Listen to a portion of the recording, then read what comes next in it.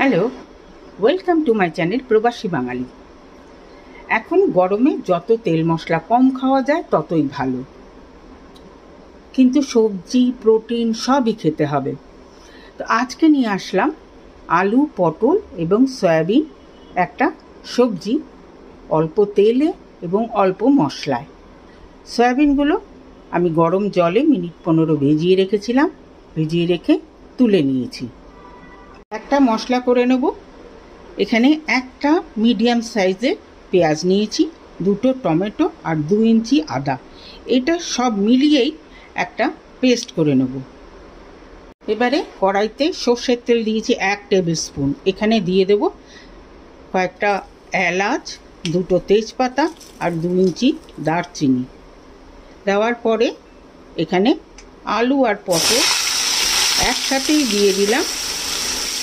দিয়ে ফ্লেমটাকে সিম করে তারপরে এটাকে ঢাকা দিয়ে দেব। সিম অবস্থাতেই মিনিট 5 ঢাকা দিয়ে রেখেছিলাম। আলু পটল বেশ ভাজা ভাজা কিন্তু হয়ে গেছে। এটাতে এবারে দিয়ে দেব অল্প একটু সল্ট দিয়ে মিক্স করে নেব। অল্প তেল বা মশলায় সুস্বাদু রান্না করতে একটু সময় লাগে। সিম করে যদি রান্না করা হয় সেটাই কিন্তু একমাত্র সিক্রেট। এবারে সয়াবিনটা দিয়ে দিয়েছি। সয়াবিনটা দিয়ে হালকা করে এটার সঙ্গে একটু ফ্রাই করে নেব। ফ্রাই করে নিয়ে এই যে মশলাটা করেছি আদা, পেঁয়াজ আর টমেটো, সেটা দিয়ে দিলাম। এবার এটাতে দেব 1/2 চামচ হলুদের গুঁড়ো, 1 চামচ জিরের গুঁড়ো, 1 চামচ লঙ্কার গুঁড়ো দিয়ে এবারে ফ্লেমটাকে একটু বাড়িয়ে দিয়ে এইটাকে কষাবো। পেঁয়াজ টমেটো জলে তলায় আর লেগে যাওয়ার চান্স নেই। এইটাকে এবারে ভালো করে কষিয়ে নেব। কষিয়ে নিয়েছি। এবারে দিয়ে দেবো এটার মধ্যে পরিমাণ মতো সল্ট।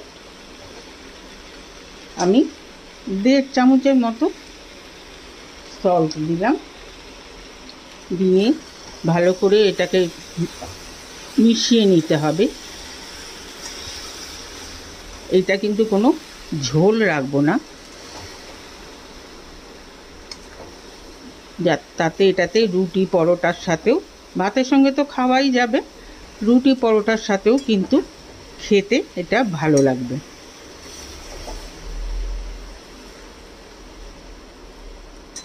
ব্যাস তৈরি হয়ে গেল। অল্প তেলে, মশলাও অল্প, আলু পটল আর সয়াবিনের তরকারি। কেমন লাগলো রেসিপি? যদি ভালো লেগে থাকে তাহলে অবশ্যই কমেন্ট বক্সে জানাবেন, লাইক করবেন, শেয়ার করবেন ফ্রেন্ডস অ্যান্ড ফ্যামিলিদের সঙ্গে, সাথে আমার চ্যানেলটিকে সাবস্ক্রাইব করতে ভুলবেন না। আজকে তাহলে চলি, নেক্সট দিন আরেকটা এরকম মজাদার খাবার নিয়ে আসবো। সবাই ভালো থাকবেন, সুস্থ থাকবেন। ওকে দেন, বাই।